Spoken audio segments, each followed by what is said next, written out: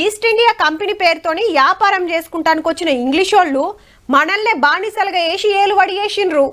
ఏం తక్కువ 200 ఏండ్లు అంటే 2-3 తరాలు వాళ్ళ చెప్పు చేతలనే ఉన్నాక చల్ మనతానికొచ్చి మన మీద పెత్తనం చేసుడేందని చిన్నగా మెల్లగా పోరాటం చాలైంది. సిపాయిల తిరుగుబాటుతోని ఇంకింత రువ్వడి పెరిగి స్వదేశీ ఉద్యమం, సహాయ నిరాకరణ ఉద్యమం, క్విట్ ఇండియా ఉద్యమం ఇట్లా ఎన్నో పోరాటాలు.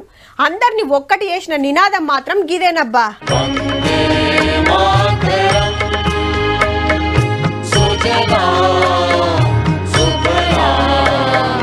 ఇయాల దేశమంతా వందే మాతరం పాటతోని మారుమోగిందుల్లా.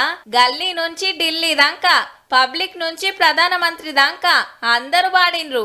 ఎందుకంటే వందే మాతరం రాసి బరాబర్ 150 ఏండ్లు. మరి బెంగాల్లా బక్కిం చంద్ర చటర్జీ రాస్తే కోట్లాది మంది కొసందుకొని తెల్లోళ్ళ మీద కొట్లాడేతానికి మస్తు అక్కరికొచ్చింది. ఇప్పటికీ సుత స్కూళ్ళల్లో ఇదే వాడిస్తారు పిల్లలతోటి. గందుకే ఇయాల దేశమంతా వందే మాతరం సంబురాలు జరిగినాయి. ఢిల్లీ ఇందిరాగాంధీ ఇండోర్ స్టేడియంలా ప్రధానమంత్రి sir postal stamp Sikka public లకిడ్చి exhibition లో పెట్టిన వైలు చూసి గ్రామ్ ఫోన్ రికార్డుల పాటిన్నాడు. వందే మాతరం కా మూల్ భావ్ హై భారత్ మా భారతి.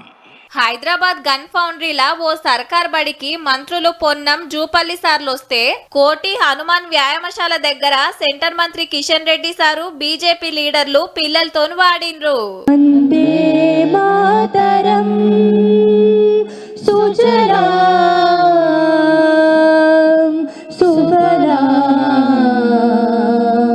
కలెక్టర్ ఆఫీసులు, ఎస్పీ బంగ్లాలు, స్కూళ్ళు, కాలేజీలు, గుళ్ళు, దౌకాన్లు అన్ని సర్కార్ ఆఫీసులల్లా ఇట్లా అంతటా వందే మాతరం మోతమోగింది.